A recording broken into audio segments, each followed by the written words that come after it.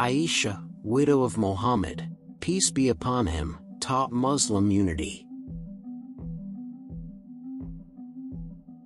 The killing of Uthman demanded justice.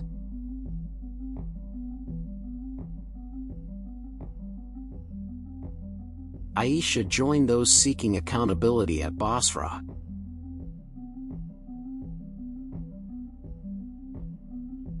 Ali did not choose immediate retaliation. Conflict erupted near Basra.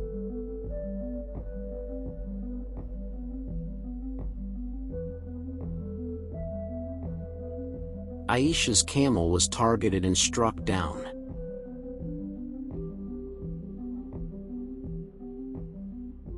And Aisha returned to Medina with regret.